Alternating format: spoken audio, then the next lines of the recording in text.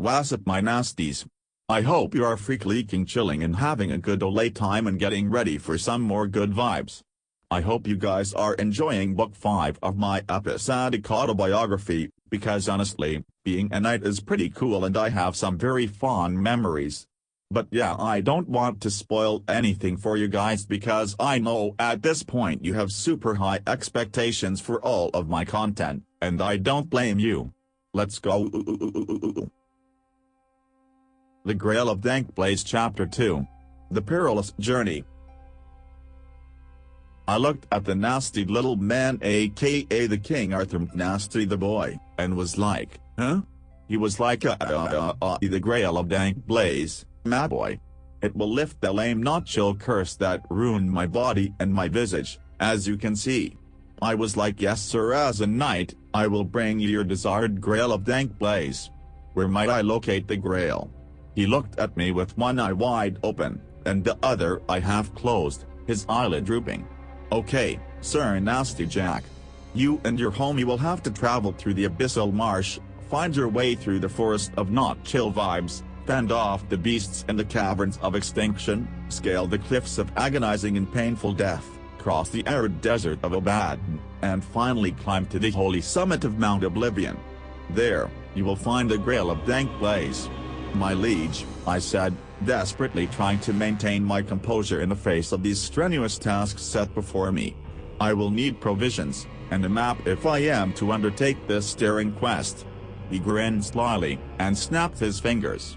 2 guards stepped forward, one with a bundle of cloth, and the other with the wrapped-up piece of parchment. Take these for your quest. Now leave my sight. I do not want to see your very handsome good-looking face until you are returning with the Grail. The guards then began to shove us out of the hall. One of them spanked me and said you must tell no one about the king. The truth about his stature cannot be known. It would be super not chill of you if that rumor got out. I was like, okay Mr. Knight, my lips are sealed, and for good measure, I slapped Thick Jim XL across the mouth. You heard the man. We walked back through the same hall we came through on the way in. Holy cow, that was a short hallway, I said, as it was literally only like 2 steps to get through it. We exited and made our way to the courtyard, and I sat on the bench and unfolded the bundle of cloth, and rummaged through our new provisions. There was tons of food. Mutton, roast turkey, perfectly seared medium rare steak, French fries, tacos, granola bars, sushi, Curious George fruit snacks, lampas, trail mix, and more. At the very bottom of the bag there was a small hand mirror. Huh, what's this? I mused. I held the hand mirror up and looked at my very handsome features. Yep, definitely me, and definitely human. The most human-looking person with normal features. Taking another glance, I noticed some writing along the base of the mirror, in a nice, tidy script. It said, "Let's vibe." I returned all of the foodstuffs and sundries to the cloth bundle, and gave it to my lame squire. I perused the map, looking at the nice cute pictures of all the places the king said we must traverse to get to the Holy Grail. Alright my boy, let's get rolling. It seems as if the Abyssal Marsh is less than half a day's march from here. We should be able to make it by lunchtime. He groaned and said, but sir, it's been so long since we've had a night to chill and go to a tavern and stay in a real bed. I was like, lol, okay, I don't care because I'm ready to rock. He sighed and we made our way out of town. After a nice walking session of like 6 hours, we came across what looked like some nasty bogland. I pulled out the map, and was like, yep, this is it. Thick Jim XL was like, okay, can we take a break? I am so tired and hungry. I looked at him like this. No way. This is where things get fun. Where is your sense of adventure? The sun was high above us, but a heavy fog was rolling in. I looked around and was like, okay, but yeah, I am actually a wee bit peckish, so let's eat some food and then we can continue. I opened the bundle of provisions, and a nasty smell rose in the air. Ugh. Everything was rotten. Wow, really? Why would he give us all this stuff when he knows darn well that refrigerators haven't even been invented yet? Grrr, I hate ye olde medieval times. I picked through the rotten meat, and saw that most of our other food was perfectly fine. I opened a pack of Curious George fruit snacks and ate an icy. The yummy blue kind. I also opened a purple one for Thick Jim XL with my sword, making sure to cut it at about the halfway point so I could have some of it too. After our hunger had been sated, we geared up and got ready to go into the murky depths of the fen.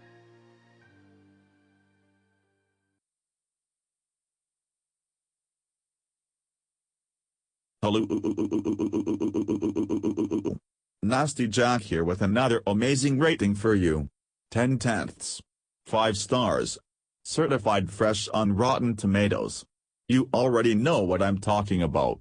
It's the audiobook, The Scary House, by me, Nasty Jack. Wow, I really have nothing but amazing things to say about it. It's definitely worth your while if you like the horror genre. It has critics raving, and one of my friend's brothers even posted an episode of it on Facebook, so you know it's good. But yeah, if you haven't checked it out, you might not understand everything going on in my current book, so go study up your Nasty Jack lore and hit me up with your favorite part of the series. Alright nasties, let's get back to the good stuff. We could barely see anything, with the heavy fog hanging heavy in the air. I stepped slowly forward into the bog, with Thick Jimbo close behind me. Each step was an intense labor.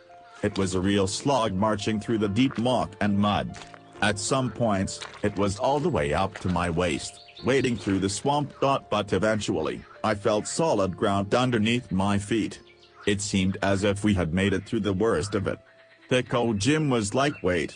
Do you hear that?" I stopped. It was suspiciously quiet. Then I heard the low snarl and growl.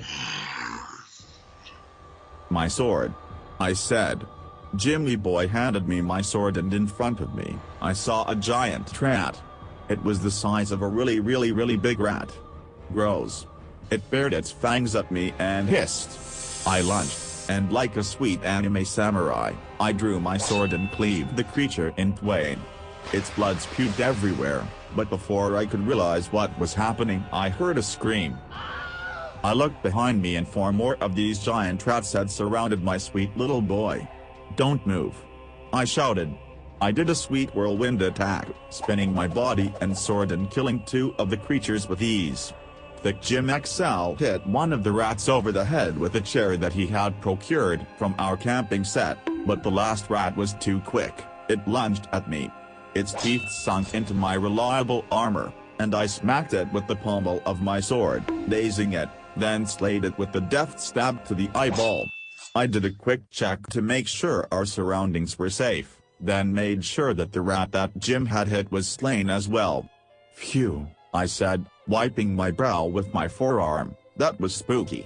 Jim had pooped his pants like 3 times, but luckily I was so dashing and heroic that he didn't have to worry. We sat for a while in silence, then informed Jim that our respite was over, and that it was time to resume. It was bona fide night time. Jim and I pulled out a couple of lanterns, and began to continue through the bog. It was a beautiful night, but the bugs and wildlife of the swamp were so annoying that it was definitely not very chill at all. I thought to myself, wow, this swamp is huge. How much further do we have? I consulted the map, and it seemed as if we were not too far from the forest of not chill vibes, but we still had a ways to go. I threw the map back at the stinky boy and was like, "Yo brother, looks like we are almost there." All of a sudden I heard Thick Jim yell. "No!" He had fallen into the murky water.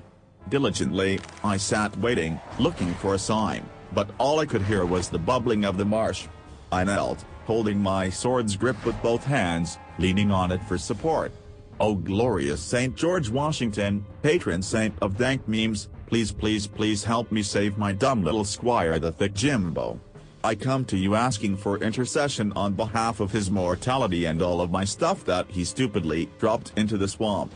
Along with all the angels of the heavenly court, I beseech that I, Sir Nasty Jack, a knight of the Order of Castle Peepee Pooper, will be granted the strength and courage necessary to carry out your will.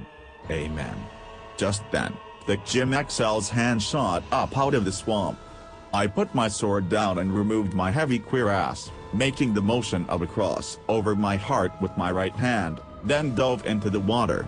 Keeping my cute little eyeballs shut, I reached forward, tugging at Jim's waist, but he was stuck. I fell further down and grabbed hold his legs, his right leg flailing, his other leg stuck fast. I yanked as hard as I could, but with limited oxygen, I could barely get him to budge.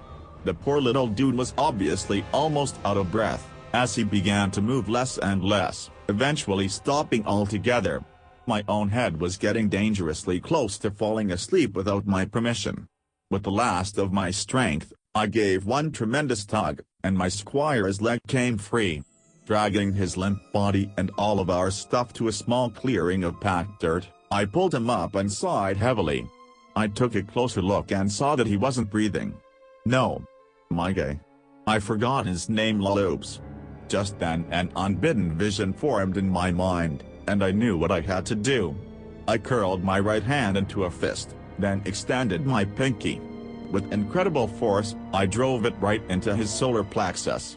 Hammond overdrive. I expelled all of the water and residue in his lungs, and Jim sat straight up. Shaking his head, he was like, "Whoa, what happened?" I sighed in relief and was like, "Oh, if Madboy, you spooked me." Just then his eyes grew wide, and I knew we weren't quite out of danger just yet. He slowly raised his hand and pointed over my shoulder. A hideous creature so massive and grotesque that it made me want to vomit was there, just inside our ring of the vision. It reared its ugly head and roared, "What are you doing in my swamp?"